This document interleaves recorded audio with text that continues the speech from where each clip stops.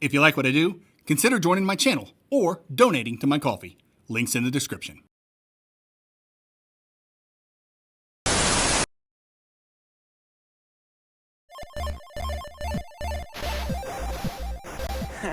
Send him home. Just send him home. Time to go home there, Duck. Son of a b****. Duck. Why didn't you just go home? That's your home! Are you too good for your home? Answer me! Suck my white ass! Duck.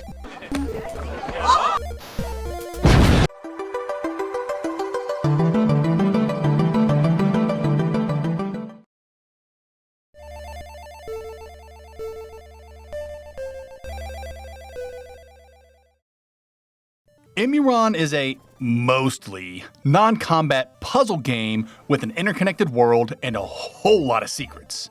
Think of it like a mix of Animal Well, Environmental Station Alpha, and Pokemon Snap. So yeah, I was pretty excited to try this one out. In EMUUROM, you play as a researcher tasked with scanning and documenting everything she can on EMULATO, an ancient island paradise where life began and that was thought to no longer exist. As you can imagine, there's much more to this island than meets the eye. It's a great premise, and the promise of layers upon layers of secrets wrapped in nostalgic 8-bit charm is more than enough to pull me in. But is it enough to pull you into this journey of documentation, or is this an adventure best left to obscurity? Oh, and don't worry about me spoiling any of the game's deeper secrets in this video. Combat. This'll be a quick one. EMUUROM doesn't have combat. It has elements of combat in the game's boss battles, but largely, your little researcher, named Myra by the way, can only jump and scan things with her scanner. And though some bosses have more implicit combat elements than others, every boss you fight in this game has strong puzzly aspects. I don't want to show off more than I have to, so I don't spoil the puzzles. So consider this the end of the combat section. What'd you expect from a non-violent creature scanning Metroidvania? Abilities. Platforming.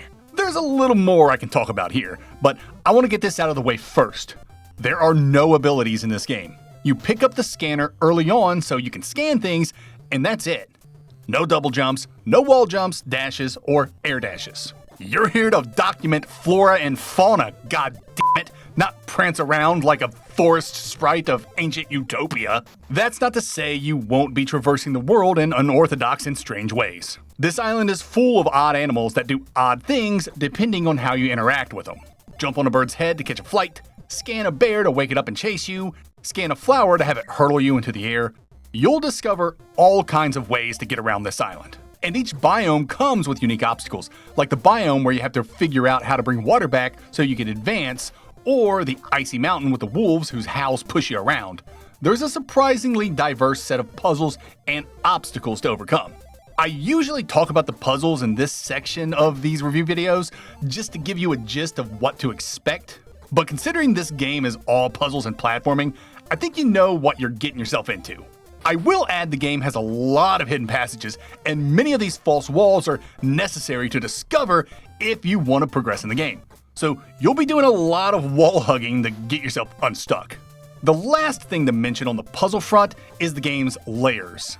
I'm not spoiling anything, but I just want you to know there's more to the game than you initially think, and that becomes abundantly clear as you play. So keep your eyes peeled, scan everything, and take notes as you travel.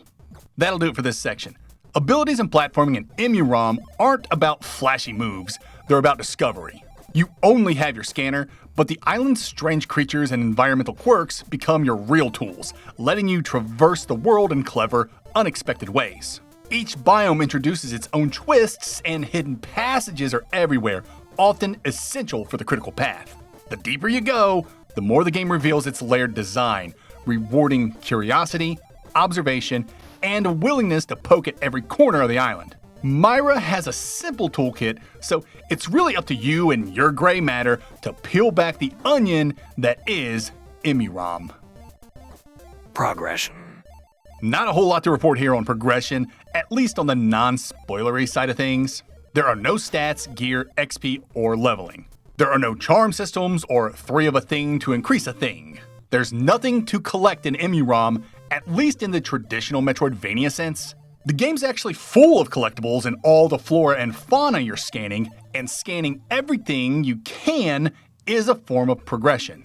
For instance, scanning all of a type of animal unlocks more information about that animal in your EMU Dex, and as the old saying goes, information is currency.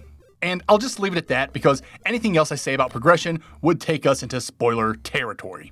If you're looking for town building or side quests or shops where you can load up on items and gear, EMUUROM is not that. The only thing that enhances in this game is your understanding of its world. Exploration. Okay, as much as I love EMUUROM for what it is, and I genuinely had a great time with the game, you know I am not a fan of puzzle-centric Metroidvanias. Call me a dummy, but I just don't enjoy overly clever puzzles and dungeon designs in my Metroidvanias. And EMUUROM is bursting at the seams with clever puzzles and world design. I won't say much for spoilers' sake, so I'll just say this. Turtles. When you start interacting with the turtles, you'll see how brilliantly this world was put together.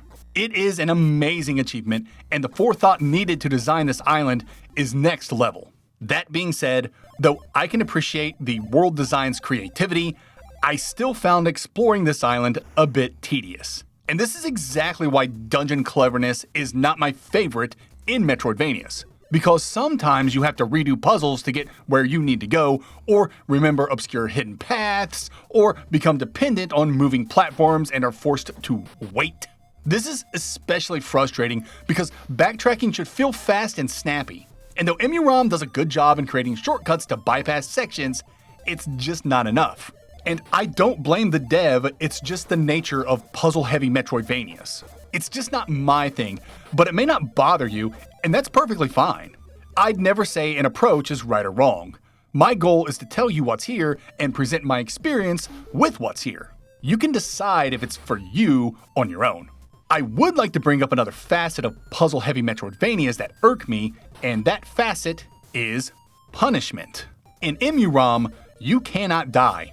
Pauses as a cheeky nod that may not always be the case, and let's move on. EMUUROM's punishment for failing puzzles is repetition.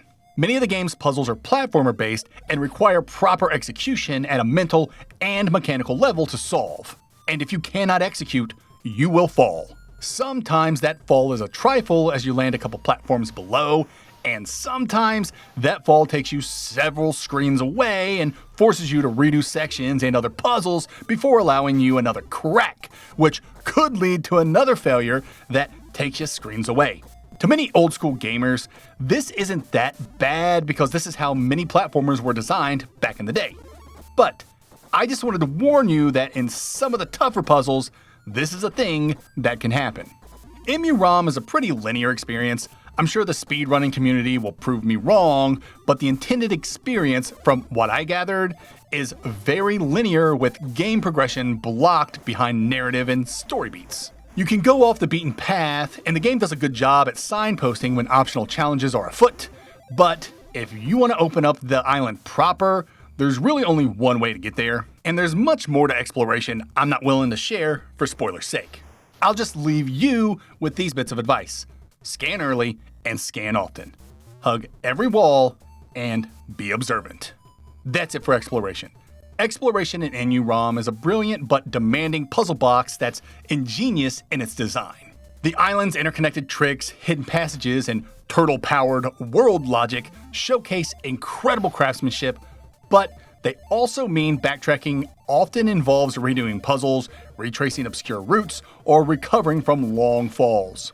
Whether that feels exhausting or not depends entirely on how much you enjoy puzzle-centric Metroidvanias. Still, the game consistently rewards curiosity. The island always has another secret waiting for players willing to think and rethink their way forward. Atmosphere. Narrative. I love EMUUROM's atmosphere. There's something inherently captivating about pairing NES-style visuals with layers of mystery. It reminds me of those old black voids and glitchy corners in retro games that made you wonder if something was hiding just out of sight.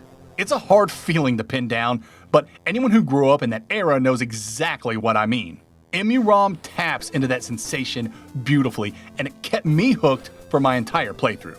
And the music is good. Most of the tracks are kinda silly yet fitting. However, EMUUROM knows how to use its sound design to great effect. Take this area.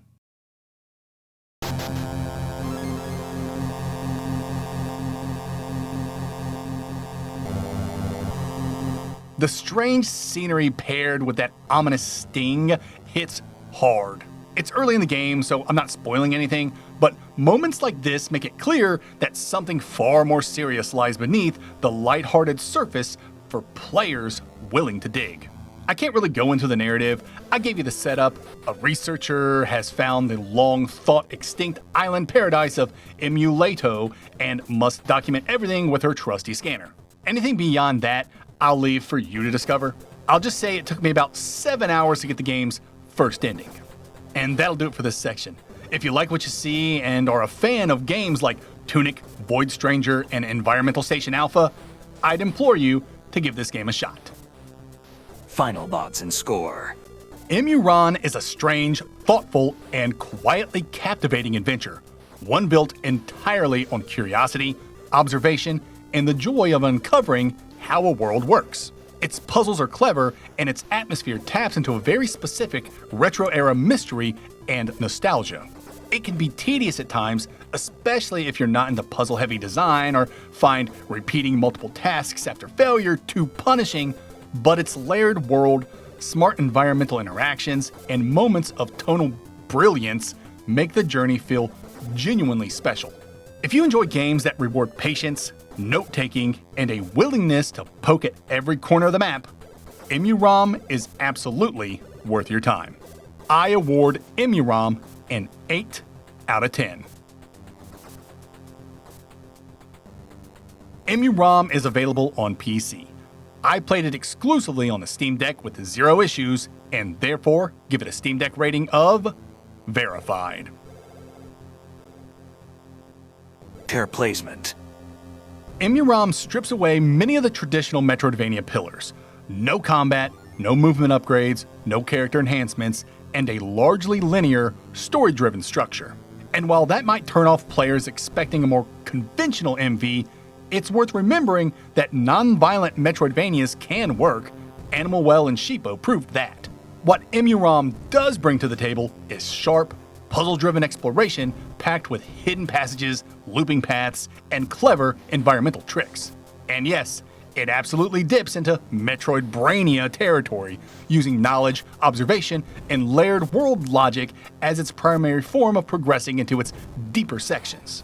I love seeing an actual Metroidvania embrace Metroidvania techniques so confidently. That said, EMUUROM ultimately feels more like a puzzle adventure than a full-fledged Metroidvania, and that's why, on a Metroidvania tier list, it lands lower than its quality might suggest. EMUUROM scans itself into the D tier.